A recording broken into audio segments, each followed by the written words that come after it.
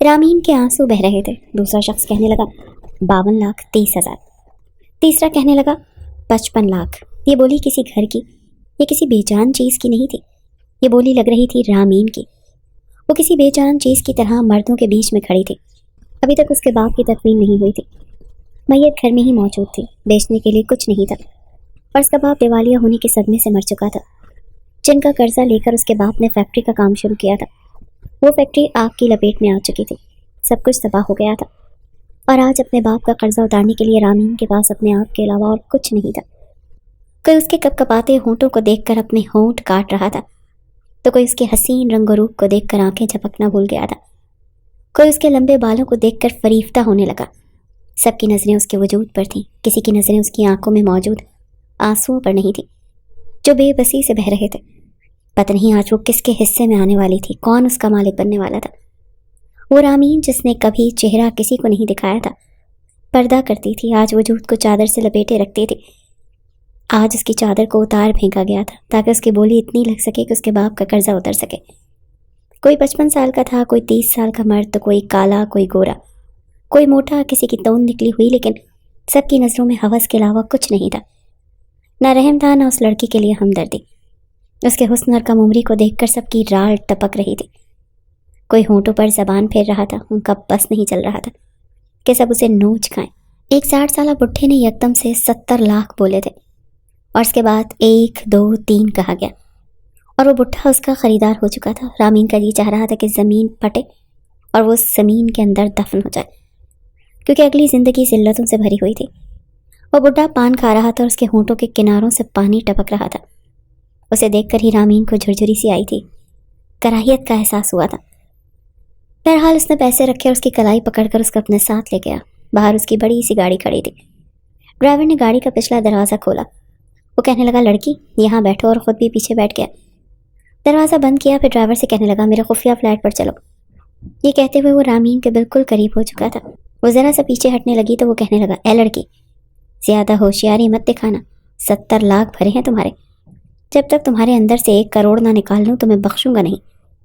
یہ سن کر رامین کی جان نکلی تھی۔ وہ کہنے لگی میں بری لڑکی نہیں، خدا کے لیے اپنی بیٹی سمجھ کر مجھے بخش دو۔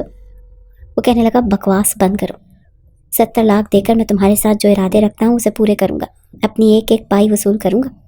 یہ کہتے ہوئے اس نے کھڑکی کا شیشہ نیچے کیا اور پان کی پچکاری باہر پھینکی، پھر کھڑکی بند کی، اپنی آستین سے ہی اپنا منہ صاف کیا۔ رامین کا دل چاہا تھا کہ تیز رفتار چلتی گاڑی کا دروازہ کھولے اور گر کر مر جائے۔ اس کے قریب ہونے لگا، سامنے شیشے سے ڈرائیور بھی اسے بڑی بے باک نظروں سے دیکھ رہا تھا، آج تک جیسے کبھی کسی نے نظر بھر کر نہیں دیکھا تھا۔ آج وہ مفت کا مال سمجھی جا رہی تھی۔ جان تو رامین کی اس وقت نکلی جب اس بڈھے نے اپنے دونوں ہاتھوں میں اس کو جکڑا تھا اور اپنا چہرہ اس کے قریب لانے لگا۔ پھر اس کے ڈرائیور پر نظر پڑی تو وہ بھی بڑی ہی دلچسپی سے انہیں دیکھ رہا تھا۔ وہ کہنے لگا اے اپنی گاڑی دھیان سے چلا، کہیں ایکسیڈنٹ نہ کر دینا۔ اس بڈھے کی بات سن کر ڈرائیور چونکا تھا۔ وہ کہنے لگا سرکار آپ سے ایک بات کہوں؟ جی، اس نے جھجکتے ہوئے کہا۔ وہ کہنے لگا ہاں بول۔ وہ کہنے لگا اگر آپ چاہیں تو گاڑی میں بھی اپنا شوق پورا کر سکتے ہیں، میں نہیں دیکھوں گا، لیکن اس کے بعد ایک چانس اگر مجھے دے دیں۔ یہ سن کر رامین کے دھڑکتے ہوئے دل کی دھڑکنیں رکی تھیں۔ وہ بڈھا کہنے لگا بے ہوش سالے، ایک جھانپڑ دوں گا، تمہارے ہوش ٹھکانے آ جائیں گے، گاڑی چلا۔ وہ بہت تیزی سے گاڑی چلانے لگا۔ جب تک گاڑی کا سفر ختم نہیں ہوا تب تک وہ بڈھا گاہے بگاہے کبھی رامین کی کمر پر اپنی انگلیاں چلانے لگتا تو کبھی اس کے بازو پر، اور کبھی اس کی گردن پر اپنے ہاتھ کی پشت پھیرنے لگتا۔ وہ بیچاری بار بار اس کا ہاتھ اپنے آپ سے پیچھے کر رہی تھی، لیکن اسے اپنی شامت صاف نظر آ رہی تھی۔ قرضدار اپنا قرضہ لے چکا تھا، اس کا باپ بھی شاید پڑوسیوں کے رحم و کرم سے قبر کے حوالے ہو جاتا، لیکن وہ جیتے جی مر گئی تھی۔ اسے تو اتنا بھی موقع کسی نے نہیں دیا تھا کہ اپنے باپ کی میت پر 2 آنسو بہا لے، حالانکہ اس نے اپنے والد کو بہت منع کیا تھا کہ کسی سے بھی قرضہ نہ لے، روکھی سوکھی جیسے بھی کھائی جا رہی ہے گزارا ہو رہا تھا، لیکن اس کے باپ نے کہا کہ فیکٹری لگا لوں گا تو یہ قرضہ 1 سال میں ختم ہو جائے گا، پھر میں پیسے کماؤں گا اور تمہاری شادی دھوم دھام سے کروں گا، بڑے امیر گھرانے میں۔ لیکن وہ تو نقصان دیکھ کر ہی صدمہ برداشت نہیں کر پایا اور دنیا سے ہی چل بسا، اور اسے بھی جیتے جی موت کی سزا سنا گیا تھا۔ جیسے ہی گاڑی فلیٹ کے نیچے کھڑی ہوئی، اس کو بڈھے نے بڑے حق سے رامین کی کلائی پکڑی اور اسے اندر لے جانے لگا۔ فلیٹ کا دروازہ کھولا تو رامین کے ہوش اڑ گئے تھے، کیونکہ وہ اکیلی نہیں تھی، بہت سی لڑکیاں تھیں وہاں۔ اور مرد بھی بہت سارے موجود تھے، یہاں تک کہ کیمرے بھی تھے۔ جیسے ہی اس بڈھے کو دیکھا تو چند نوجوان اس پر بڑی بے باکی سے نظریں اٹھانے لگے۔ وہ کہنے لگے باس نیا مال لے کر آئے ہو؟ وہ تو یوں بات کر رہے تھے جیسے وہ انسان نہ ہو، کوئی بے جان چیز ہو جس کا سودا کیا گیا ہو۔ وہ بڈھا کہنے لگا ہاں، پہلے میں اس کے ساتھ وقت گزاروں گا، اور ہاں کیمرہ تیار ہے نا؟ یہ سن کر رامین کے ہوش اڑے تھے۔ وہ کہنے لگا ہاں تیار ہے کیمرہ، میں بھی پوری تیاری کر کے کمرے میں موجود ہوں۔ ماحول ایک دم مست ہے۔ سیٹ جیسے ہی رامین کو کمرے میں لے جانے لگا تو وہ اپنا آپ بچانے لگی۔ وہ کہنے لگی میں نہیں جاؤں گی، میرا ہاتھ چھوڑو، خدا کے لیے مجھے یہاں سے جانے دو۔ ان میں سے ایک شخص کہنے لگا سیٹ مجھے نہیں لگتا یہ لڑکی تجھے قریب آنے دے گی، میں تو کہتا ہوں سالی کو ایک انجیکشن کھونپ دو تاکہ ویڈیو اچھی بن سکے۔ رامین کی یہ سن کر جان لبوں پر آئی تھی۔ وہ کہنے لگا نہیں، میں اسے ہوش و حواس میں رکھنا چاہتا ہوں، اسے سنبھالنا میرا کام ہے، بس کیمرہ مین کو بولو کہ وہ اپنے کیمرے کی سیٹنگ کو ٹھیک رکھیں۔ وہ کہنے لگا کمرہ تیار ہے، آپ جا سکتے ہیں۔ جیسے ہی وہ بڈھا رامین کو کمرے کے اندر لے کر گیا، کمرے کا خوابناک ماحول دیکھ کر اس کے ہوش اڑے تھے۔ کمرے میں ہلکی ہلکی ملگجی سی روشنی پھیلی ہوئی تھی، صرف نائٹ بلب چل رہا تھا، اور وہاں پر ایک کیمرہ مین ہاتھ میں کیمرہ لیے کھڑا تھا۔ وہ بڈھا اسے زبردستی کھینچ کر بیڈ پر پھینک چکا تھا۔ پھر کیمرہ مین کو اشارہ کرنے لگا۔ وہ کہنے لگا دیکھو میرا چہرہ نہیں آنا چاہیے، بس یہ لڑکی نظر آئے۔ وہ کہنے لگا اوکے باس، ایسا ہی ہوگا۔ اس بڈھے نے رامین کے گلے سے دوپٹہ اتار کر دور پھینکا تھا اور پھر بیڈ پر اس کے پاس چلا گیا، لیکن وہ اپنا بچاؤ کر رہی تھی، وہ اپنا آپ چھڑوانے کی کوشش کر رہی تھی۔ اسی چھینا جھپٹی میں رامین کے کپڑے جگہ جگہ سے پھٹ گئے تھے۔ پھر ایک زوردار تھپڑ اس بڈھے نے رامین کے چہرے پر مارا تھا۔ وہ کہنے لگا زیادہ نخرے دکھائے گی تو اپنے ساتھ 2 مردوں کو اور بلا لوں گا، سیدھی طرح جو میں چاہتا ہوں مجھے کرنے دے، ورنہ جو میں کرنا چاہتا ہوں تیرے ساتھ بیک وقت 3 مرد کریں گے۔ رامین کا حلق تو جیسے خشک ہوا، اسے لگا جیسے کسی نے اس کے اندر سے سارا خون نچوڑ لیا۔ اس سے پہلے کہ وہ بڈھا اس کے ساتھ کچھ غلط کرتا، دروازہ بڑی زور سے دھڑ دھڑایا گیا۔ وہ کہنے لگا کون ہے کمینہ؟ باہر سے آواز آئی SHO کامران شاہ، دروازہ کھول ورنہ میں توڑ دوں گا۔ وہ بڈھا فوراً سے پیچھے ہٹا اور کہنے لگا شٹ، لگتا ہے پولیس نے ریڈ مار دی ہے۔ اس سے پہلے کہ وہ رامین کو کہیں چھپانے کی کوشش کرتا، رامین بڑی تیزی سے بیڈ سے اٹھی اور اس نے کمرے کا دروازہ کھول دیا۔ سامنے ایک 32 سالہ نوجوان تھا۔ وہ فوراً سے اس کے پاس گئی اور کہنے لگی خدا کے لیے مجھے بچا لے، یہ بڈھا میرے ساتھ۔ بات ابھی یہیں تک پہنچی تھی جب کامران نے اسے دیکھا۔ وہ کہنے لگا تمہاری یہ ڈرامے بازیاں میرے سامنے نہیں چلیں گی۔ پھر اپنے پیچھے پلٹ کر دیکھنے لگا اور کہنے لگا لیڈیز کانسٹیبل کو بلاؤ، سب لڑکیوں کو موبائل میں بٹھائیں اور دوسری موبائل میں ان کمینوں کو بٹھاؤ۔ کب سے مجھے انتظار تھا کہ میں رنگے ہاتھوں ان کو پکڑوں۔ پولیس اہلکاروں نے سب کے سروں پر بندوقیں تان لی تھی، ایک ایک کو وہ نیچے لے جا رہے تھے۔ وہ بڈھا کامران سے کہنے لگا دیکھ SHO، ہماری پہنچ بہت اوپر تک ہے، تجھے بہت پچھتانا پڑے گا، تو اچھا نہیں کر رہا، پیسے کا لین دین کر اور ہمیں چھوڑ دے، اس میں تیرا بھی فائدہ ہے اور ہمارا بھی۔ ایک زوردار تھپڑ کامران شاہ نے اس بڈھے کے منہ پر مارا تھا اور وہ دور جا کر گرا تھا۔ وہ کہنے لگا یہ رشوت کی لالچ کسی اور کو دینا، میرے ساتھ کیا ہوگا یہ بات کی بات ہے، لیکن جب تک میں تم لوگوں کے ساتھ کیا کروں گا یہ تم لوگوں نے سوچا بھی نہیں ہوگا۔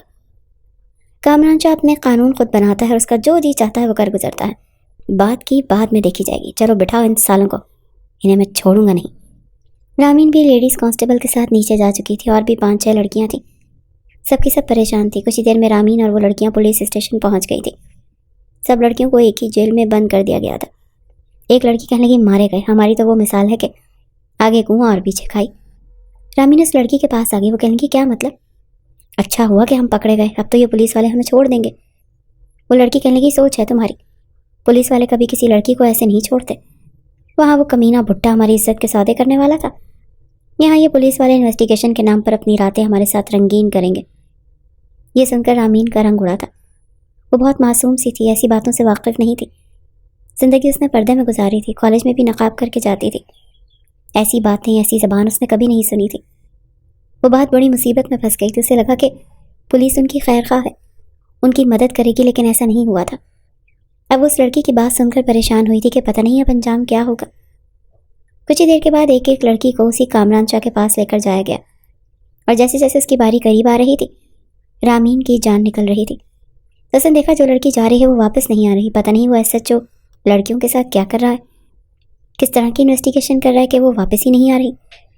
صرف وہ اکیلی ہی جیل میں بچی تھی اور دل ہی دل میں اپنے بچاؤ کی دعائیں مانگ رہی تھی کہ جب لیڈیز کانسٹیبل آئی اور کہنے لگی چلو باہر آؤ تمہاری باری ہے، وہ یوں تھی کہ اگلا سانس نہیں لے پائے گی۔ اپنے آنسوؤں پر ضبط باندھے اس کانسٹیبل کے ساتھ SHO کامران کے کمرے میں گئی۔ جیسے ہی دروازہ کھولا، کمرے کا AC پورے کمرے کو ٹھنڈا کر چکا تھا۔ کمرے میں SHO کامران کے علاوہ کوئی دوسرا نہیں تھا، کوئی لڑکی نہیں تھی۔ جیسے ہی رامین ڈرتے ڈرتے اندر آئی تو کامران کہنے لگا دروازہ بند کرو۔ کانسٹیبل نے دروازہ بند کر دیا، لیکن رامین دروازے کے پاس ہی کھڑی رہی۔ وہ کہنے لگا یہ لڑکی سامنے آ کر کھڑی ہو۔ وہ کہنے لگی نہیں، میں نہیں آؤں گی، آپ اچھے انسان نہیں ہیں، مجھے پتا ہے آپ میرے ساتھ کیا کریں گے۔ رامین کی بات سن کر SHO کامران شاہ کا دماغ کھول اٹھا تھا۔ وہ فوراً سے کھڑا ہو گیا اور کہنے لگا مطلب کیا ہے تمہارا لڑکی؟ وہ کہنے لگی میں جانتی ہوں پولیس والے کیسے انویسٹیگیشن کرتے ہیں۔ وہ قدم قدم بڑھاتا ہوا رامین کے سامنے آ کر کھڑا ہو گیا، کہنے لگا اچھا کیسے کرتے ہیں، ذرا مجھے بھی تو پتہ چلے۔ وہ کہنے لگی دیکھیں آپ میرے قریب مت آئیں، مجھ سے دور رہیں، مجھے پتہ ہے آپ اپنی شرٹ کے بٹن کھولیں گے پھر اپنی شرٹ اتاریں گے۔ یہ کہتے کہتے وہ چپ ہوئی۔ کامران کا خون کھول کر رہ گیا۔ وہ کہنے لگا اچھا، یہ کہتے ہوئے اس نے دروازے کو لاک کیا اور اپنے بٹن کھولنے شروع کیے۔ وہ کہنے لگا بتاؤ پھر کیا کروں گا میں؟ رامین کہنے لگی میں ابھی اس نے یہی کہا تھا جب SHO کامران نے اس کا بازو پکڑا اور اسے دیوار کے ساتھ لگا دیا۔ وہ کہنے لگا بتاؤ کیسے انویسٹیگیشن کرتے ہیں پولیس والے، مجھے بھی تو پتہ چلے کہ تمہارے دماغ میں ایسا کون سا خناس بھرا ہے۔ تم جیسی کریکٹر لیس لڑکیوں کو میں اچھے طریقے سے جانتا ہوں، شریف بننے کا ناٹک کرتی ہیں، سمجھتی ہیں کہ پولیس والوں کو اپنا آدھا ادھورا وجود دکھا کر ان کے ساتھ وقت گزار کر اپنی بات منوا لیں گی۔ دیکھو میں ایسے پولیس والوں میں سے نہیں۔ وہ بڑے غصے سے رامین سے بات کر رہا تھا، اس کی آنکھوں میں تو جیسے خون اترا ہوا تھا۔ وہ کہنے لگی آپ جھوٹ بول رہے ہیں، مجھے اس لڑکی نے بتایا تھا کہ آپ پولیس والے کیا کرتے ہیں لڑکیوں کے ساتھ۔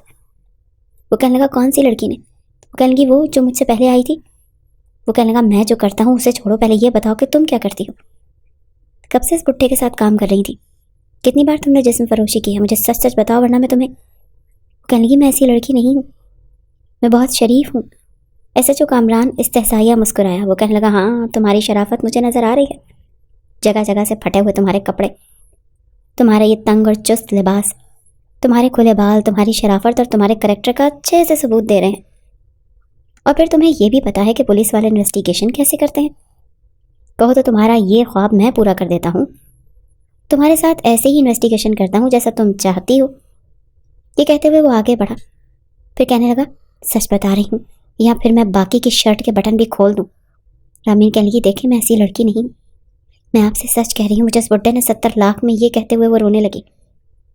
وہ کہنے لگا اچھا تو تمہیں خرید کر لایا ہے وہ کمینہ، کس کوٹے سے خریدا اس نے تمہیں، کہاں تمہیں بیچنے جا رہا تھا؟ دیکھو لڑکی مجھے سب کچھ سچ سچ بتا دو، میں تمہیں چھوڑ دوں گا۔ پچھلی 5 لڑکیوں کو بھی میں چھوڑ چکا ہوں کیونکہ انہوں نے سچ بتایا تھا۔ رامین اسے کیا بتاتی، اسے تو خود بھی کچھ نہیں پتا تھا۔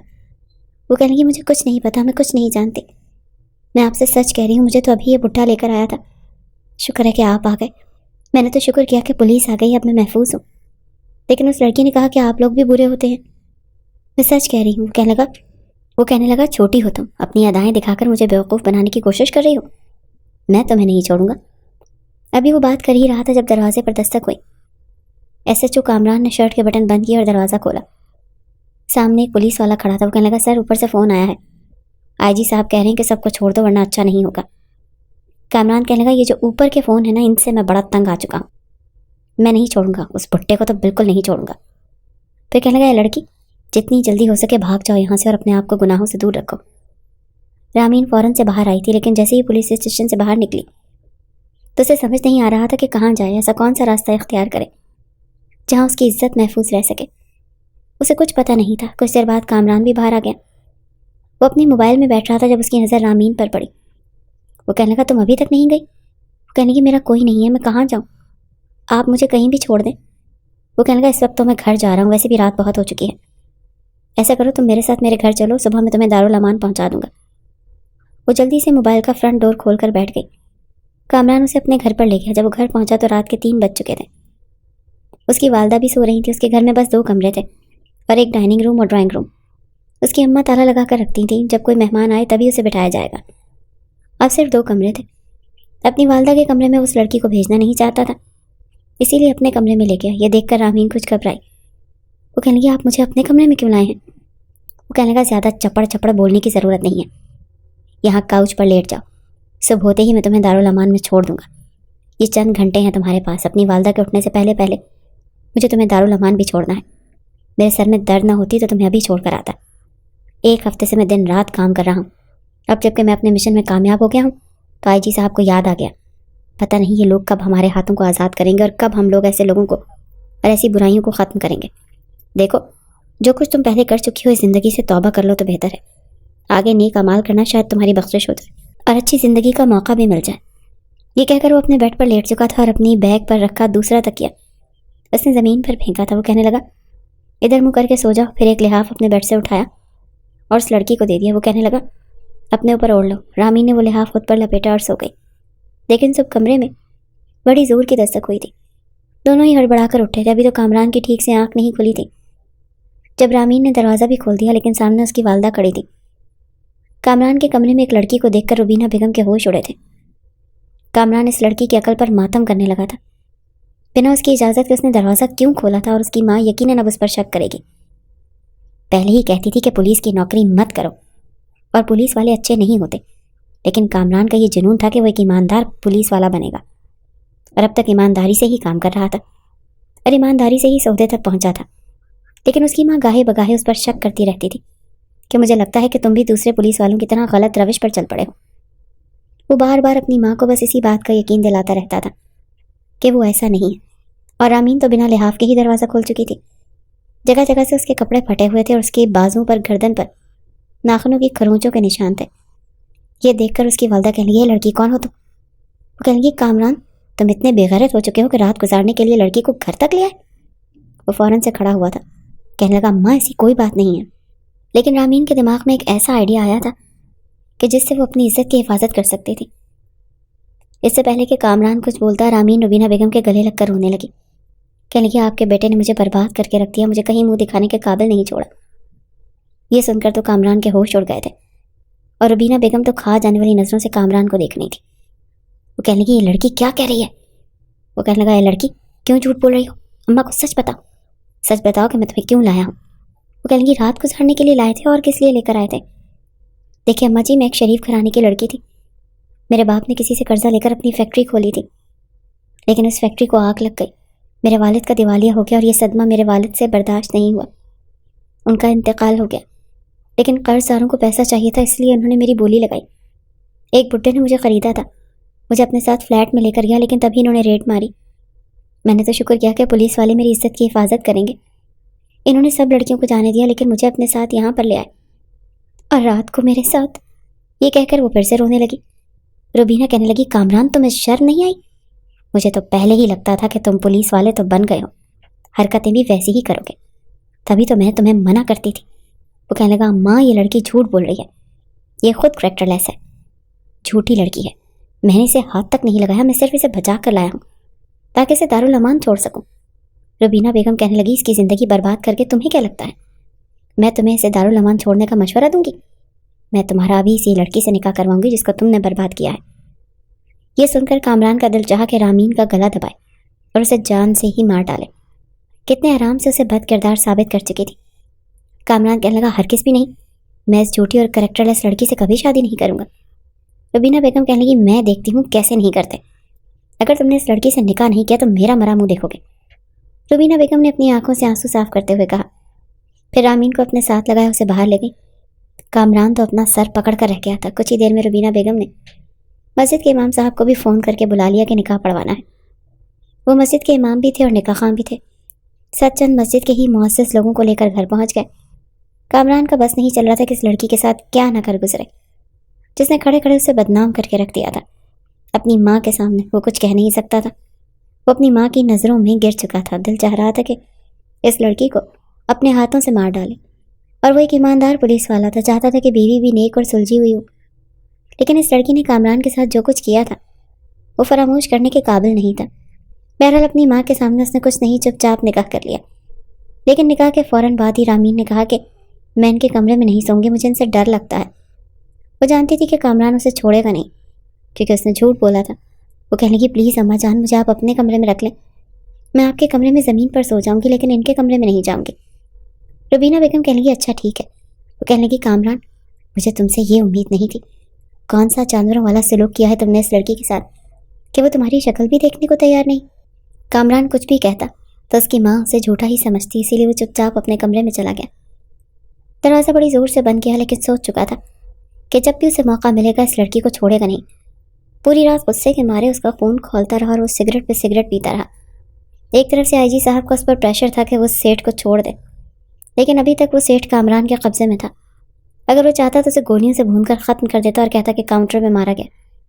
وہ بھی اسی چکر میں تھا، انہی سوچوں میں گم تھا، لیکن یہ نئی مصیبت اس کے گلے پڑ چکی تھی۔ اس سیٹھ کو تو کامران نے آئی جی کے کہنے پر چھوڑ دیا، لیکن جیسے ہی وہ اپنی گاڑی میں کچھ ہی فاصلہ طے کر کے سنسان سڑک پر پہنچا تو وہیں کامران کے خفیہ نوجوانوں نے اس پر حملہ کر دیا اور اسے مار ڈالا، تاکہ برائی ختم ہو سکے، کیونکہ قانونی طور پر ایسے لوگوں کی سزا نہیں دی جاتی۔ اب وہ کافی مطمئن ہو چکا تھا اور اب اسے رامین کو مزہ چکھانا تھا، جو اسے دیکھتے ہی ماں کے پیچھے یوں چپتی جیسے پتہ نہیں اس نے اس کے ساتھ کیا کیا ہے۔ رات کو اسے نیند نہیں آ رہی تھی، سوچا کہ چلو چائے پی لوں۔ جیسے ہی وہ کچن میں آیا تو کھٹ پٹ کی آواز پر اس کے کان چوکنے ہو گئے تھے۔ جب اس نے دیکھا تو رامین اپنے لیے چائے بنا رہی تھی۔ اسے یوں تنہا کچن میں دیکھ کر اس نے جلدی سے تیز قدم بڑھائے اور رامین کی کلائی پکڑ لی۔ وہ بری طرح سے ڈری تھی۔ اس نے چولہا بند کیا تو دوسرا ہاتھ رامین کے منہ پر رکھا تاکہ وہ چلا نہ سکے۔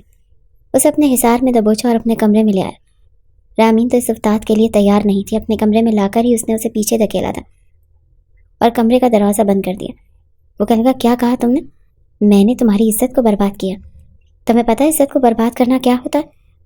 دوسروں پر الزام لگانا کیا ہوتا ہے؟ وہ کہنے کی پلیز پہلے میری بات سن لیں۔ وہ کہنے لگا، نہیں، پہلے تمہیں برباد کروں گا، تمہیں بتاؤں گا کہ برباد ہونا کیسا ہوتا ہے، پھر تمہاری بات سنوں گا۔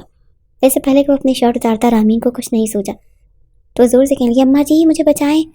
اس سے پہلے کہ اس کی آواز کامران کی ماں تک کمرے تک جاتی، اسے جلدی سے رامین کے قریب آ کر اس کے منہ پر ہاتھ رکھا۔ وہ کہنے لگا، اگر اب تم نے چلانے کی کوشش کی تو تمہارا گلا دبا کر تمہیں یہیں مار ڈالوں گا۔ اسے دیوار سے لگا چکا تھا، لیکن اس کی آنکھیں دیکھ کر دل کی دھڑکن کچھ بے اختیار ہوئی تھی۔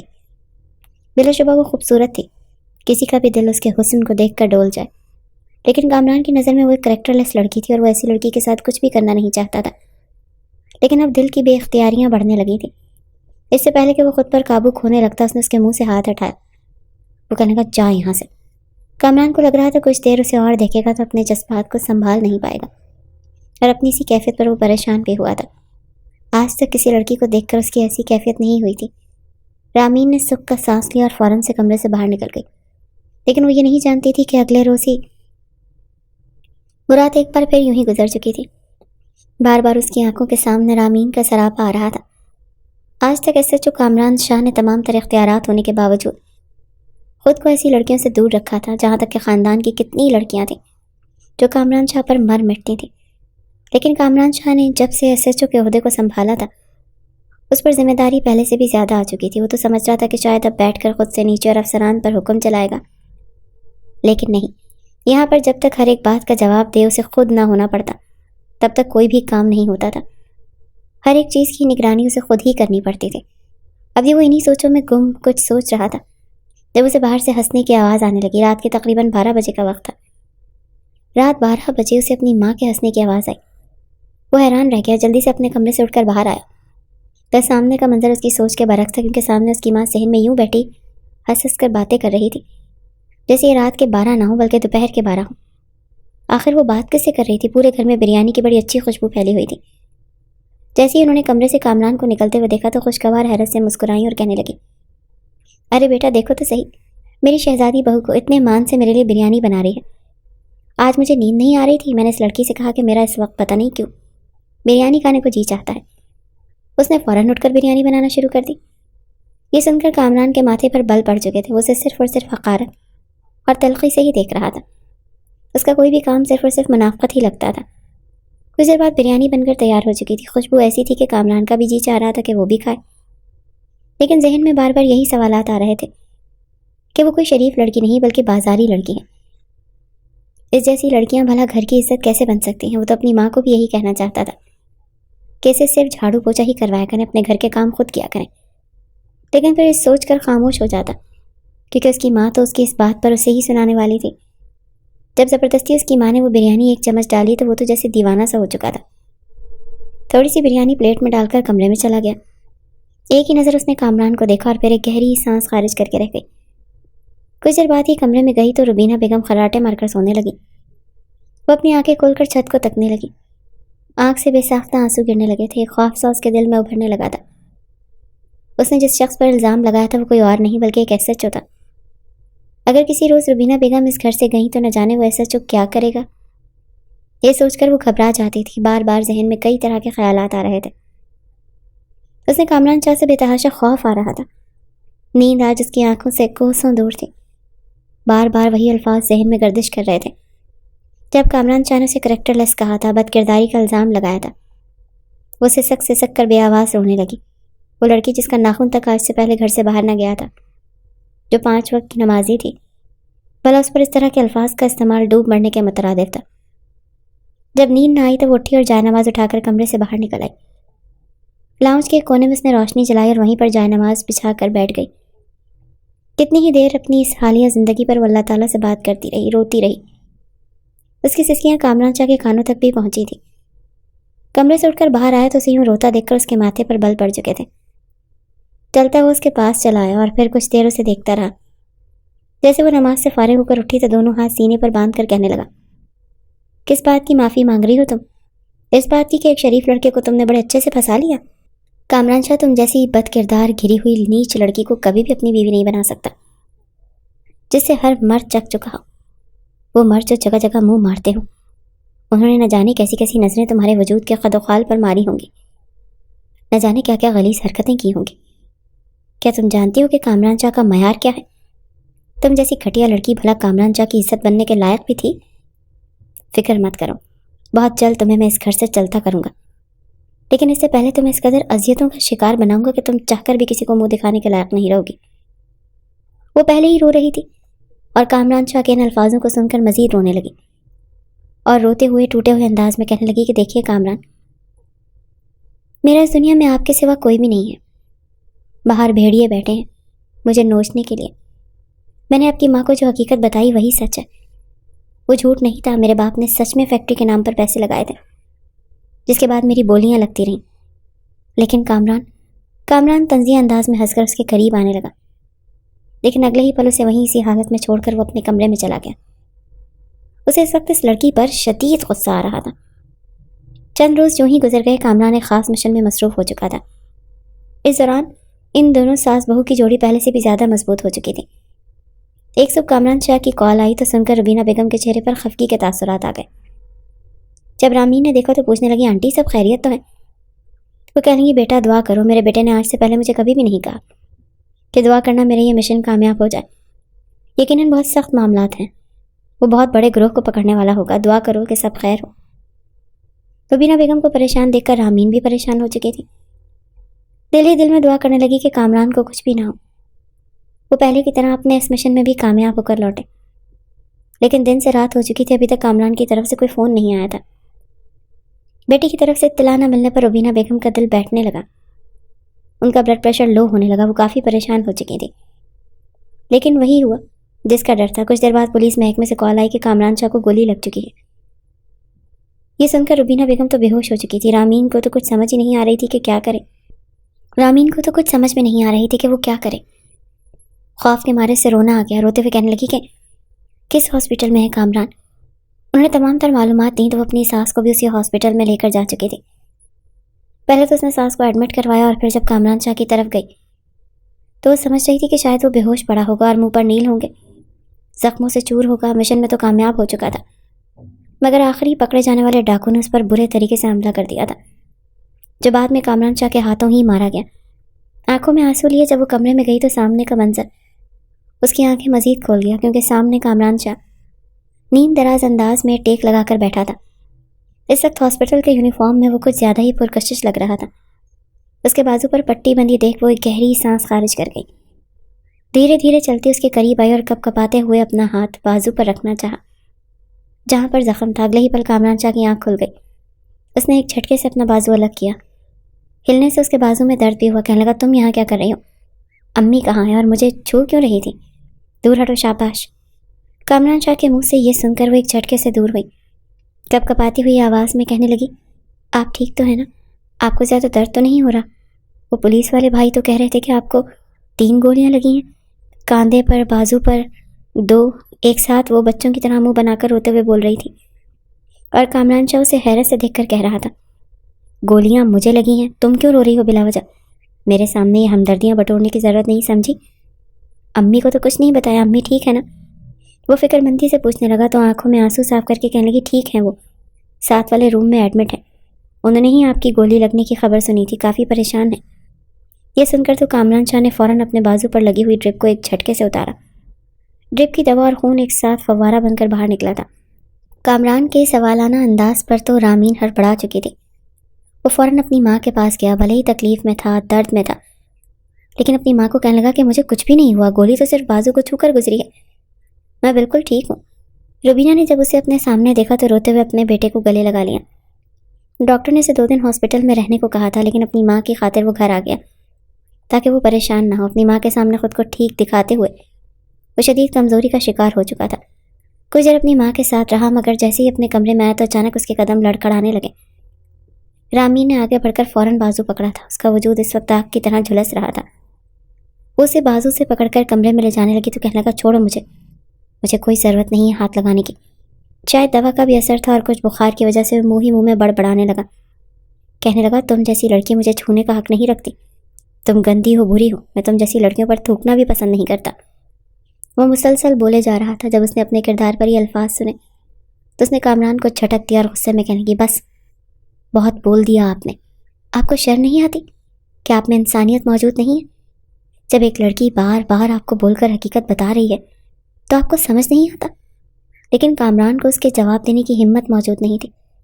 وہیں بیڈ پر گر چکا تھا، بخار کی حالت میں، جوتوں سمیت، اور بازو بیڈ پر لگنے کی وجہ سے پٹی سے ہلکا ہلکا خون بھی رسنے لگا تھا۔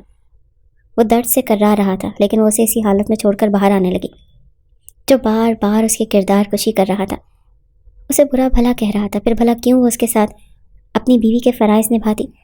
ہاں، اس نے غلط کر کے اس کے ساتھ شادی کی تھی، لیکن وہ اس طرح سے بھی تو اس پر اپنا غصہ نکال سکتا تھا۔ بار بار اس کی پاک دامنی پر ہی سوال کیوں اٹھاتا تھا؟ وہ کمرے سے باہر آ گئی اور دروازہ دھڑلے سے بند کر کے دوسرے کمرے میں جا کر لیٹ گئی، لیکن مسلسل کراہنے کی آواز سن کر اس کا ضمیر اسے ہی ملامت کرنے لگا کہ رامین وہ تمہارا شوہر ہے، حقیقت سے انجان ہے، تمہیں ایسا نہیں کرنا چاہیے۔ وہ شخص بخار میں تڑپ رہا ہے، اگر یہ نہ ہوتا تو تمہارے ساتھ کیا ہوتا؟ اس کی ماں نے تمہیں اتنی عزت دی، محبت دی۔ یہ سوچ کر ایک بار پھر وہ اٹھ چکی تھی، چلتے ہوئے کمرے میں آئی، دیکھا تو پٹی پوری خون سے بھر چکی تھی، اب ہلکا ہلکا خون بیڈ پر بھی رسنے لگا تھا۔ وہ جلدی سے اس کے پاس آئی، سب سے پہلے تو زخم کی ڈریسنگ کی، اس کے بعد ٹھنڈے پانی کی پٹیاں اس کے ماتھے پر رکھنے لگی، مگر کہیں بھی کامران کو سکون نہیں آ رہا تھا، اس کا وجود بخار میں جھلس رہا تھا۔ اگلے ہی پل بخار میں اس نے اپنی شرٹ کو اتار کر دور پھینکا۔ وہ شرٹ لیس اس وقت رامین کے سامنے موجود تھا۔ اس کا کثرتی پرکشش بدن دیکھ کر رامین کے چہرے کی ہوائیں اڑنے لگی۔ وہ ابھی بھی برف جیسے ٹھنڈے پانی سے اس کے ماتھے پر پٹیاں رکھ رہی تھی۔ رومال اٹھا کر اس نے جیسے ہی باؤل میں رکھا تو اگلے ہی پل کامران نے آنکھیں بند کیے اس کا ہاتھ پکڑ لیا، اس کے ہاتھوں کو اپنے چہرے پہ رکھنے لگا۔ شاید وہ اس کے ٹھنڈے ہاتھوں سے ٹھنڈک محسوس کرنا چاہتا تھا۔ وہ چپ چاپ اسے دیکھ رہی تھی، جس نے اگلے ہی پل اپنا سر اٹھا کر اس کی گود میں رکھ دیا۔ چہرہ سرخ لال ہو رہا تھا جب وہ رامین کا ہاتھ پکڑے ہوئے ہی اپنی گردن پر مسلنے لگا۔ وہ ہڑبڑا رہی تھی، کامران یہ کیا کر رہے ہیں آپ؟ میرا ہاتھ چھوڑیں، میں آپ کے سر پر پٹی رکھ دیتی ہوں، بتائیں کچھ چاہیے آپ کو؟ آپ کے کھانے کے لیے کچھ لاؤں؟ لیکن وہ تو اس کے ہاتھ کو پکڑ کر اپنے سینے پر لے آیا اور اگلے ہی پل اس کا دوسرا ہاتھ رامین کی کمر پر گردش کرنے لگا۔ وہ خود کو مزید رامین کے قریب کر رہا تھا، یہاں تک کہ اس نے رامین کو کمر سے کھینچ کر اپنے قریب لٹا دیا۔ اس کے زخمی بازو کو دیکھ کر ہڑبڑا سی گئی، کہنے لگی کہ کامران اپنے بازو کو زیادہ موومنٹ مت کریں، آپ کو درد ہوگا، اس وقت آپ کو شدید بخار ہے، کاش آپ اور جھوٹ نہ بولتے اور 2 دن ہاسپٹل میں ہی رہ جاتے۔ وہ گھبرا رہی تھی کہ کہیں کامران کو کچھ ہو نہ جائے، جبکہ کامران اگلے ہی پل اسے اپنے باہوں میں بھر کر اپنا چہرہ اس کی گردن کے قریب رکھے، اس کی گرم سانسوں سے خود سرشار کرنے لگی تھی۔ وہ جو خود کو اس سے دور رکھنا چاہتی تھی، دھیرے دھیرے وہ بھی سرشاری میں ڈوبتی چلی گئی۔ اس نے کامران کی گردش کرتی انگلیوں کو اب روکا نہیں تھا، جو بڑی بے تکلفی سے اس کے پورے وجود پر گردش کر رہی تھی، اور وہ ہلکا ہلکا کر رہتا ہوا اس کے وجود میں سکون تلاش کر رہا تھا۔ کچھ دیر بعد ہی اس کا بخار ٹھنڈا پڑا تو وہ وہیں سو چکا تھا، اپنی باہوں میں ہی رامین کو جکڑے۔ اگلی صبح جب کامران کی آنکھ کھلی تو طبیعت قدرے سنبھل چکی تھی۔ اپنے قریب سوئی رامین کو دیکھ کر ایک پل کو اس کی آنکھیں پھٹی کی پھٹی رہ گئیں۔ پہلے تو اسے ایسا لگا کہ شاید یہ خواب ہے، لیکن آنکھیں کھول کر اس نے ایک بار پھر ان مناظر کو دیکھنا چاہا۔ اس کے بال کھلے تھے، چہرے پر تھکان کے آثار تھے، دوپٹہ کہیں دور پڑا تھا اور اس کے دوسرے بازو پر سر رکھ کے بے خبری سے سو رہی تھی۔ کامران شاہ کا دل تو بڑے زوروں سے دھڑکنے لگا۔ اگلے ہی پل خود ہی اس نے اپنا ہاتھ اس کے چہرے پر کیا اور اس کے چہرے پر پھیلے ہوئے بالوں کو ہٹا کر اس کے حسن سے ایک بار پھر سرشار ہونے لگا۔ اس سے پہلے کہ وہ اپنی حدود پھلانگتا اور اپنے لب اس کے لبوں کے قریب کر جاتا، وہ ہڑبڑا کر اٹھ بیٹھی، گھبراتے ہوئے کہنے لگی، اٹھ گئے کامران؟ فوراً کامران پیچھے ہٹا، کہنے لگا، ہاں اٹھا ہوں، نظر نہیں آ رہا کیا؟ تم میرے کمرے میں کیا کر رہی ہو؟ میرے بیڈ پر، میرے پہلو میں؟ کیا ارادے تھے تمہارے؟ ایک مرتبہ تو الزام لگا چکی ہو، اب کیا اس لیے پاس تھی کہ کچھ بڑا کر سکو؟ رامی نے اس کی جلی کٹی باتیں سن کر جی بھر کر پریشان ہوئی تھی، چپ چاپ اٹھ کر کمرے سے باہر چلی گئی۔ مگر اس نے جس طرح دونوں ماں بیٹی کی خدمت کی تھی، روبینہ بیگم تو اس کے صدقے واری جانے لگی تھی۔ کہنے لگی، اگر خاندان میں بھی کوئی لڑکی دیکھ لے تو ایسی کبھی بھی ہماری یوں خدمت نہ کرتی جس طرح اس لڑکی نے کی ہے۔ کامران چپ چاپ اپنی ماں کی بات سن کر ایک گہری سانس خارج کر گیا۔ اسے اس وقت جو لڑکی اپنی ماں کے منہ سے اچھی تو لگ رہی تھی، لیکن جس حالت میں اسے یہ لڑکی ملی تھی، ذہن میں یہ بات گھر کر چکی تھی کہ یہ لڑکی اچھے کردار کی نہیں ہے۔ وہ چاہ کر بھی اس سے محبت نہیں کر پا رہا تھا، بس اس کی زندگی اذیتوں سے دوچار کرنا چاہتا تھا۔ اس کی اصلیت اپنی ماں کے سامنے لانا چاہتا تھا کہ جس قدر آپ اس کو عزت دے رہی ہیں جو اس قابل ہے ہی نہیں۔ دل میں وہ اس سے محبت چاہتا تھا، لیکن اندر ہی اندر وہ اپنے معیار کو اتنا گرتا برداشت نہیں کر سکتا تھا۔ یہ کامران شاہ کی کیسی لڑکی کو اپنی عزت بنائے، اس پر محبت نچھاور کرے جو پہلے سے ہی کتنے ہی لوگوں کے ساتھ۔ اس سے آگے تو کچھ سوچ بھی نہیں سکتا تھا۔ آج تک اس نے کسی لڑکی کی طرف آنکھ اٹھا کر نہیں دیکھا تھا۔ اس روز وہ سارے کام نمٹا کر نہانے کے بعد باتھ روم گئی تو شاور کام نہیں کر رہا تھا، شاید اس میں کچرا آ چکا تھا۔ روبینہ کہنے کی، بیٹا اپنے کپڑے لے جاؤ، جا کر کامران کے کمرے میں نہا لو۔ ویسے بھی وہ کون سا گھر ہے، طبیعت بحالی کے بعد وہ دوبارہ سے اپنی ڈیوٹی جوائن کر چکا تھا۔ وہ جھجکتے ہوئے اپنے کپڑے لے کر کامران کے کمرے میں چلی گئی۔ اس نے فریش ہونے کے بعد بالوں کو یوں ہی کھلا چھوڑا اور تولیے سے صاف کر دی۔ گنگناتی جیسے ہی باہر نکل کر آئی تو سامنے کا منظر دیکھ کر ہڑبڑا چکی تھی، کیونکہ سامنے ہی بیڈ پر کامران اس وقت اپنے جوتے ایک طرف رکھ رہا تھا۔ جیسے اس کی نظر رامین پر پڑی تو اس کی آنکھیں وہیں کھلی کی کھلی رہ گئیں، لیکن وہ نظریں چرا کر اس کے کمرے سے جانے لگی تو کامران نے اسے روک لیا۔ کہنے لگا، کہاں جا رہی ہو؟ یہیں رکو، آج تو بڑی نکھری نکھری لگ رہی ہو۔ خیریت، اتنی رونق تمہارے چہرے پر کس لیے ہے؟ وہ شوق انداز میں بولا۔ وہ ہڑبڑا گئی، کہنے لگی، نہیں ایسی تو کوئی بات نہیں، میں تو بس ابھی نہا کر باہر نکلی ہوں۔ وہ قدم بقدم چلتا ہوا اس کے قریب آیا اور اگلے ہی پل اس کی کمر میں ہاتھ رکھ کر اپنے قریب کر چکا تھا۔ کہنے لگا، آج رات میں تمہارے ساتھ رنگین بنانا چاہتا ہوں۔ یہ سن کر اس کے چہرے کی ہوائیاں اڑی اور کہنے لگی، مجھے ایسا کچھ بھی نہیں کرنا آپ کے ساتھ۔ وہ خود کو چھڑوانے لگی تو اسے مزید قریب کر چکا تھا۔ کہنے لگا کہ کیوں؟ ویسے تو ہر بات میں بیوی بیوی کرتی ہو۔ بیوی کے فرائض صرف یہ جھاڑو پوچھا، کھانا بنانا، کپڑے استری کرنا نہیں ہوتا، بلکہ شوہر کے کہنے پر شوہر کو خوش کرنا بھی ہوتا ہے۔ آج کی رات میں تمہارے ساتھ اپنی رات رنگین کرنا چاہتا ہوں۔ یہ سن کر رامین کے تو ہوش اڑ گئے تھے۔ کہاں وہ نازک سی لڑکی اور دوسری جانب کثرتی بدن رکھنے والا۔ کہنے لگی، چھوڑے مجھے پتہ ہے آپ میرے ساتھ وہی کریں گے جو فلموں اور ڈراموں میں ہیرو ہیروئن کے ساتھ کرتے ہیں۔ آپ مجھے اذیتوں سے دو چار کریں گے، میرے ساتھ بری حرکتیں کریں گے، لیکن میں آپ کو ایسا کچھ بھی نہیں کرنے دوں گی۔ جب تک آپ کو مجھ سے محبت نہیں ہو جاتی تب تک میں اپنا آپ کے حوالے نہیں کروں گی۔ اس کی بات پر وہ خباثت سے ہنس کر کہنے لگا کہ تم جیسی لڑکی سے کون محبت کرے گا؟ میں تو صرف اور صرف تمہارے ساتھ رات رنگین کرنا چاہتا ہوں، تمہارے ساتھ محبت اور میں بالکل نہیں۔ اتنے نخرے مت دکھاؤ، جس جگہ سے تمہیں لے کر آیا ہوں نا، وہاں پر تو خوشی سے سب کچھ کر رہی تھی۔ وہ ایک بار پھر اس پر جملے کس رہا تھا، اسے بیڈ پر گرا چکا تھا۔ ایک جھٹکے سے اس کے وجود سے دوپٹہ جدا کیا تو وہ کانپ گئی۔ کہنے لگی، یہ کیا کر رہے ہیں آپ؟ میں چلاؤں گی اور آپ کی امی کو بلا لوں گی۔ لیکن کامران شاہ نے اس کا وہی دوپٹہ اٹھا کر اس کے منہ میں باندھ دیا۔ وہ اسے تو دوپٹے سے باندھ کر بیڈ کے درمیان گرا چکا تھا۔ وہ بن پانی کی مچھلی کی طرح تڑپ رہی تھی جب کامران شاہ نے اپنی شرٹ کے بٹن کھولنا شروع کر دیے۔ وہ اپنے وجود کو آزاد کرتا اس پر جھکا تھا۔ گھبراہٹ کے مارے اس کی حالت خراب ہو رہی تھی۔ بے شک وہ اس کا شوہر تھا، وہ اس کے لیے جائز تھی، مگر ایک مرد کے غصے اور انتقام میں سہے جانے والی اذیتوں میں کس قدر تکلیف اور کرب ہوتا ہے وہ جان سکتی تھی۔ گھبراتے ہوئے روتے ہوئے وہ خود کو چھڑوانے کی کوشش کر رہی تھی، بس اس پر کامران شاہ رحم کر لے، مگر کامران شاہ تو اپنے دانت اس کی گردن پر گاڑنے لگا۔ وہ انتقام دھیرے دھیرے سرشاری میں بھی بدلنے لگا۔ وہ پوری طرح اس حسین لڑکی کے وجود میں کھو چکا تھا، لیکن اس کے جذبات میں شدت نہیں آئی تھی۔ وہ اس کی گردن پر اپنے نشان گاڑنے کے بعد اس کے لبوں پر آیا تھا۔ جس قدر ہو سکتا تھا وہ اس پر اپنی شدتیں لٹا رہا تھا، یہاں تک کہ اس کی سانس بند ہونے لگی، رنگت بالکل پیلی پڑنے لگی، وہ ہانپنے لگی۔ مگر کامران شاہ نے اگلے ہی پل اس پر اپنی شدتیں لٹانا شروع کر دیں۔ وہ چیخ کر اپنے درد کا اندازہ لگانا چاہتی تھی۔ کامران شاہ جو سمجھ رہا تھا کہ یہ لڑکی اس سے پہلے ہی کوٹھے کی زینت بن چکی ہے، اسے کہیں سے خرید کر لایا گیا تھا، یہ تو کسی ایسے بدنام زمانہ گلیوں کی رہائشی تھی۔ مگر جیسے ہی اس نے اپنی شدتیں اس کے وجود پر لٹانا شروع کی تو وہ ٹھٹک چکا تھا۔ ایک جھٹکا سا اس کے وجود کو لگا، کیونکہ وہ ایک لمحہ لگا تھا اسے یہ جاننے میں کہ یہ لڑکی جیسے وہ پچھلے 2 مہینوں سے نہ جانے کتنی باتوں اور جملوں کا نشانہ بنا رہا تھا، اسے کیا کچھ کہہ رہا تھا۔ یہ لڑکی رو رو کر اپنی پاک دامنی کا ثبوت دلاتی رہی۔ وہ تو سچ مچ پاک دامن تھی، وہ تو کنواری تھی جسے آج تک کسی مرد نے چھوا تک نہیں تھا۔ کامران شاہ کی شدتیں جو اس پر لٹانا چاہتا تھا اس نے یکدم سے کمی آ چکی تھی۔ پھر رامین خوف کے مارے تھر تھر کانپ رہی تھی، اس کا سانس اکھڑ چکا تھا، آنکھوں کی پتلیاں تو جیسے بالکل پھرنے کو تھیں۔ جب کامران شاہ نے اپنے انداز میں نرمی برتی اور اس پر جھک گیا، رامین جو خوف کے مارے اپنے سامنے موت دیکھ رہی تھی، یہ جان چکی تھی کہ اس کی پاک دامنی کو ثبوت ملتے ہی کامران کو اس پر یقین ہو چکا ہے، لیکن اب وہ کسی پتھر کی مورت کی طرح اس کے آگے پڑی تھی۔ نہ وہ چلا رہی تھی، نہ چیخ رہی تھی، نہ ہی کسی طرح کا رد عمل دے رہی تھی۔ اپنی شدتیں اس پر لٹانے کے بعد کامران نے اسے اپنی باہوں میں بھرا، اس کے چہرے پر بوسے دینے لگا، کہنے لگا مجھے معاف کر دو، مجھے لگا تھا تم سچ مچ میں وہی ہو، باقی لڑکیوں جیسی، کیونکہ میرا پیشہ ہی ایسا ہے۔ اس سے پہلے میں کتنی ہی بدنام زمانہ گلیوں اور لڑکیوں کو پکڑ کر لایا ہوں۔ میرا مشن یہی ہے کہ میں اسے پورے علاقے کو ایسے لوگوں سے صاف کروں، ایسے اڈے بند کروں۔ مجھے لگا شاید تم بھی انہی میں سے ہو۔ جھوٹ بول رہی ہو، میں تو تم جیسی ایک ہی اچھی نیک لڑکی چاہتا تھا، مجھے معاف کر دو۔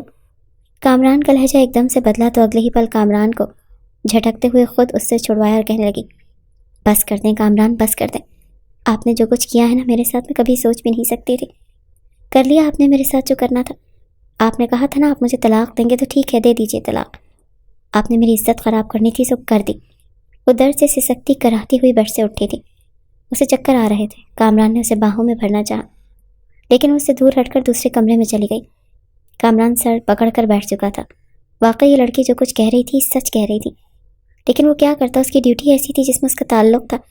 وہاں پر ٹریننگ کے دوران تشویش کرنا، شک کرنا سکھایا جاتا تھا، ظاہری سی بات تھی۔ وہ زیادہ تر وقت اپنی ڈیوٹی کے دوران ایسے مجرموں کے ساتھ گزارتا تھا۔ پھر کیسے وہ ایک دم سے اس لڑکی پر اندھا یقین کر لیتا جس نے جھوٹ بول کر اس سے نکاح کیا تھا؟ وہ اپنا سر پکڑ کر بیٹھ گیا، شرمندہ ہونے لگا۔ لیکن اس وقت اگر وہ اپنی ماں کے کمرے میں جاتا تو اچھا خاصا پروپیگنڈا شروع ہو سکتا تھا۔ وہ وہیں بیڈ پر سوچتے سوچتے سو گیا۔ اگلی صبح جب اس کی آنکھ کھلی تو ایک نئی قیامت اس کے انتظار میں تھی۔ اس کی ماں گھبرائے ہوئے کہنے لگی بیٹا یہ رامین کہاں ہے؟ پورے گھر میں ڈھونڈ لیا، کہیں نہیں ملی، کدھر چلی گئی یہ لڑکی؟ آج سے پہلے تو اس نے گھر سے باہر قدم نہیں نکالا تھا، جب سے اس گھر میں آئی ہے جو بھی کام ہو مجھے ہی کہتی ہے۔ کامران کی تو آنکھیں کھلنے لگی تھیں، تبھی اسے سائڈ ٹیبل پر ایک کاغذ پڑا ہوا ملا جس میں اس نے روبینہ کے لیے پیغام چھوڑا تھا کہ آنٹی میں ہمیشہ ہمیشہ کے لیے آپ کے اور آپ کے بیٹی کی زندگی سے جا رہی ہوں۔ آپ نے مجھے اپنی بیٹیوں جیسی محبت دی، بہت شکریہ، لیکن شاید میں اس قابل نہیں تھی۔ وہ جا چکی تھی اور کامران یوں تھا کہ کاٹو تو خون نہ نکلے۔ پہلی بار روبینہ نے اپنے بیٹے کو تھپڑ مارا تھا۔ یہ کیا کہا تو نے اسے جو گھر چھوڑ کر چلی گئی؟ میری بہو صرف اور صرف رامین ہی ہے، جاؤ جا کر اسے لے کر آؤ۔ وہ فوراً گھر سے نکلا تھا۔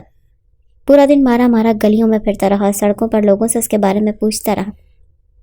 جیسے جیسے اندھیرا پھیل رہا تھا اس کی آنکھوں میں آنسو آ رہے تھے۔ اس نے اپنی فورس کو رامین کو ڈھونڈنے پر لگا دیا۔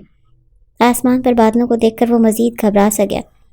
بارش تیز ہو چکی تھی جب وہ اپنے گھر کے قریب ایک مقام پر رک کر گاڑی سے باہر نکل آیا۔ ڈپریشن اور ذہنی دباؤ نے اسے اس قدر بے چین کر دیا کہ وہ سڑک پر گر کر رامین کا نام لے کر چلانے لگا۔ رامین جو پاس ہی ایک جانب درخت کے نیچے بیٹھی بھیگ رہی تھی، خود کو چھپا کر بیٹھی تھی کہ کسی درندے کے ہاتھ نہ لگ جائے۔ اس چلانے کی آواز پر اس نے درخت کی اور سے نکل کر دیکھا۔ رو رو کر اس سنسان علاقے میں وہ چلا کر کہتا رامین کہاں ہو تم؟ پلیز واپس آ جاؤ، ساری زندگی بھلے ہی مجھے اپنے قریب مت آنے دینا، لیکن واپس آ جاؤ۔ میں وعدہ کرتا ہوں دوبارہ کبھی تمہیں کچھ نہیں کہوں گا۔ جتنی سزائیں دینی ہیں چاہے انگاروں پر چلاؤ یا کانچ کے ٹکڑوں پر، میں ہر ایک سزا ماننے کو تیار ہوں، لیکن پلیز واپس آ جاؤ۔ رامین نے جب ایس ایچ او کامران شاہ کو یوں روتے دیکھا تو وہ ہڑبڑا چکی تھی۔ شاید اس کے دل میں رحم تھا۔ وہ چلتے ہوئے جا کر ایس ایچ او کامران شاہ کے سامنے کھڑی ہو گئی۔ کامران شاہ نے روتے ہوئے جیسے ہی اپنے چہرے سے ہاتھ ہٹائے اور سامنے دیکھا تو رامین کھڑی تھی۔ ایک پل کو اس نے پلکیں جھپکی، دیکھا کہ خواب ہے یا حقیقت، اور پھر اگلے ہی پل اسے اپنے سینے سے لگا لیا۔ روتے ہوئے کہنے لگا معاف کر دو مجھے، میں غلط تھا، جو چاہے سزا دے لو لیکن مجھے معاف کر دو۔ وہ پتھر کی مورت بنی کھڑی تھی، کہنے لگی کیوں آئے ہیں ڈھونڈنے مجھے؟ میں تو گندی عورت ہوں نا، بازاری۔ ابھی وہ اتنا ہی بولی تھی جب اس نے اس کے منہ پر ہاتھ رکھ دیا۔ خبردار، ایک لفظ بھی اور نہیں، خاموش ہو جاؤ۔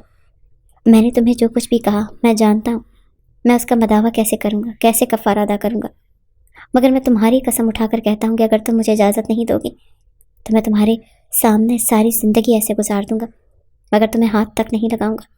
تمہیں اتنی محبت، اتنی خوشیاں دوں گا جس کی تم حقدار ہو، شاید ایسے ہی میں کفارہ ادا کر سکوں۔ وہ اس اپنے ساتھ گھر لے آیا تھا۔ روبینہ بیگم نے جب اسے دیکھا تو ان کی جان میں جان آئی تھی، اپنی بہو کو سینے سے لگا کر رونے لگی۔ کچھ دن تو دونوں کے بیچ خاموشی سے گزرے، لیکن دھیرے دھیرے ان کا رویہ ٹھیک ہونے لگا۔ روبینہ بیگم نے جب یہ دیکھا تو کہنے لگی خیر ہے، کیا دونوں ایک دوسرے کو بلیوں کی طرح گھور گھور کر چھپکے چھپکے دیکھتے رہتے ہو؟ بس مجھے اگلے 2 ماہ کے اندر اندر خوشخبری چاہیے، بند کرو یہ آنکھ مچولی تم لوگ۔ اس روز اپنے ہاتھوں سے روبینہ بیگم نے اپنے بیٹی کی دلہن سجائی تھی۔ وہ بالکل دلہن کی طرح تیار کروا کر کمرے میں بٹھا چکی تھی۔ کامران جب ڈیوٹی سے واپس آیا تو اسے اس کے کمرے میں جانے نہ دیا۔ روبینہ بیگم نے اسے ایک عمدہ سفید کرتا پہننے کو دیا اور اپنی خاندانی انگوٹھی نکال کر اس کے حوالے کرتے ہوئے بولی کہ جا کمرے میں، اور خبردار جو مجھے کسی بھی طرح کی شکایت ملی تو۔ کامران نے جیسے ہی دروازہ کھولا تو سامنے وہ دلہن بنی مسکراتے ہوئے اسی کا انتظار کر رہی تھی۔ وہ تو جیسے لمحوں میں قید ہو کر رہ گیا تھا۔ کچھ دیر تو محبت بھری باتیں ہوتی رہیں اور پھر وہ اسے اپنی باہوں میں بھر کر اپنا آپ اس پر وار چکا تھا۔